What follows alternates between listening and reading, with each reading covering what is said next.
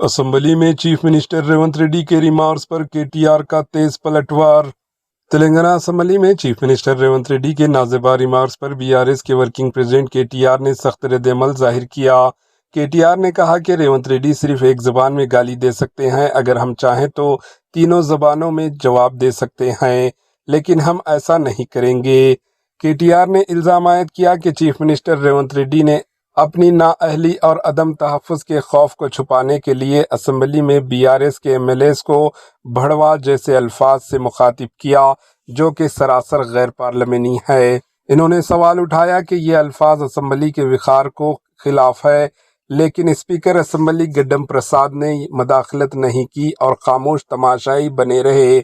KTR ने मजीद कहा कि कांग्रेस की तारीख में इस तरह की ज़बान इस्तेमाल होना कोई नई बात नहीं। इन्होंने साबिक़ा चीफ मिनिस्टर व आंध्र प्रदेश आंजीनी एनटी रामाराव के बयानात का हवाला देते हुए कहा कि माजी में कांग्रेस लीडरों को सख्त अल्फाज में तनकीद का निशाना बनाया गया था। बीआरएस ने मुतालिबा किया कि असेंबली के वक़ार को बरकरार रखा जाए और गैर पार्लियामानी ज़बान के इस्तेमाल पर कार्रवाई की जाए। Bureau report AHN news. ప్రభుత్వం కానీ బాధాకరమైన పరిస్థితి ఏమంటే అందరి హక్కులకు కస్టోడియన్ లా ఉండాల్సిన స్పీకర్ గారు ఇవాళ ఆయన బడివే అనే మాట మాట్లాడితే కళ్ళప్పగించి ప్రేక్షక పాత్ర వహిస్తుంటే ఏమనాలనో అర్థం కావట్లేదు. ఇది పార్లమెంటరీ భాషనా, ఇది ప్రజాస్వామిక భాషనా? మాకు అనరాదా ఈ మాటలు? రేవంత్ రెడ్డి గారికి నేను చెప్తా ఉన్నా, నీకు ఒక భాషలో వచ్చేమో తిట్లు, మాకు 3-4 భాషల్లో వచ్చు. తిట్టాలనుకుంటే మీ తాత జేజమ్మలు దిమ్మె తిరిగేలాగా తిట్టే శక్తి మాకుంది. కానీ ఇంత నికృష్టంగా, ఇంత అల్పంగా, ఇంత దారుణంగా మీరు ఏదైతే వ్యవహారం చేస్తున్నారో ఇది ఎందుకు చేస్తున్నారో మాకు తెలుసు. ఎందుకంటే మీ అజ్ఞానాన్ని కప్పిపుచ్చుకోవడానికి. నీకు ఐఐటికి IIITకి అంతరం తెలియదు. ఐఐటికి IIITకి అంతరమే తెలియదు. నీకు బచావత్కు బ్రజేష్ కుమార్ ట్రిబ్యునల్కు తేడా తెలియదు. నీకు అసలు కృష్ణా బేసిన్ ఏందో గోదావరి బేసిన్ ఏందో తెలియదు.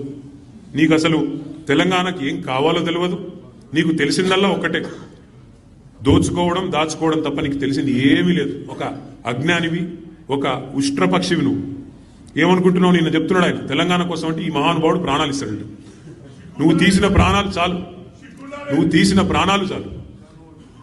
ఇప్పటికే 836 మంది రైతులను పొట్టన పెట్టుకున్నాడు రేవంత్ రెడ్డి వచ్చిన తర్వాత. 100 మంది పైచిలకు ఆటో డ్రైవర్లను పొట్ట పెట్టుకున్నాడు. 100 మంది పైచిలకు గురుకులాల్లో పిల్లలను పొట్టన పెట్టుకున్నాడు. 48 మంది నేతన్నలను ఉసురు పోసుకున్నావు. ఇప్పటికే నువ్వు తీసిన ప్రాణాలు చాలు. నువ్వు ఆనాడు తెలంగాణ వాదుల మీదకి, తెలంగాణ బిడ్డల మీదకి తుపాకీ తీసుకొని పోయి తెలంగాణ ఉద్యమాన్ని అవమానించింది ఎవరు మర్చిపోలేదు. ఇవాళ ఏదో పేమెంట్ కోటాలో అదృష్టం బాగుండి అడ్డిమారి గుడ్డి దెబ్బలో ముఖ్యమంత్రి అయినావు రేవంత్ రెడ్డి. నీ వాగుడు, నీ అల్పబుద్ధి ప్రపంచం మొత్తం చూస్తూ ఉంది. ఒకటి మా తారక రామారావు గారు ఎప్పుడో చెప్పారు, అంగుష్టమాత్రులు, కుక్కమూతి పిందెలు కాంగ్రెస్ నాయకులు. నిజంగా ఇవాళ ఆ అంగుష్టమాత్రుడు అనే పదానికి, అనే మాటకి అర్హుడెవడని ఉన్నాడంటే రేవంత్ రెడ్డికి మించిన వాడు ఎవడు లేడు. కుక్కమూతి పిందెలు అని కాంగ్రెస్ నాయకులను తారక రామారావు గారు అనేది ఖచ్చితంగా వారికి తగిన మాట అది. ఎందుకంటే ఒక్కసారి ఆలోచిస్తే నదీ జలాలు అని చెప్పి నిన్న చర్చ పెట్టారు. అసలు ఈ ముఖ్యమంత్రి గారికి బేసిన్లు తెలియదు, బేసిక్స్ అంతకంటే తెలియదు.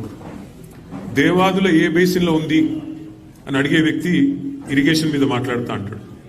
అట్లాగే ఆయన ముఖ్యమంత్రి అయిన తర్వాత వట్టెం పంప్ హౌస్ మునిగినా ఇంతవరకు కనీసం దాని మీద సమీక్ష చేయలేని అసమర్థుడు రేవంత్ రెడ్డి. ఎస్ఎల్బీసీ టన్నలు తన అవినీతి వల్ల కుప్పగొలితే 8 మంది అందులో సజీవంగా జల సమాధి అయితే ఇంతవరకు వాళ్ళ శవాలను కూడా బయటికి తీయలేని ఒక అసమర్థ పరిపాలకుడు రేవంత్ రెడ్డి. సుంకిశాల రిటైనింగ్ వాళ్ళు పేక మేడలాగా కుప్పకూలితే ఏ సంస్థనైతే నిర్మాణం చేస్తోందో ఆ సంస్థను బ్లాక్ లిస్ట్ చేయాలి అని నీ డిపార్ట్మెంట్ స్వయంగా సిఫారసు చేసినా దాన్ని అమలు చేయలేని అర్భకుడు రేవంత్ రెడ్డి. అట్లాగే ఆయన పరిపాలన గురించి ఒక మాటలో కట్టే కొట్టే తెచ్చే అన్నట్టు చెప్పాలి అంటే ఏమున్నది పరిపాలన గొప్పతనం ఈ 2 ఏళ్లలో? పేల్చివేతలు, కూల్చివేతలు, ఎగవేతలు.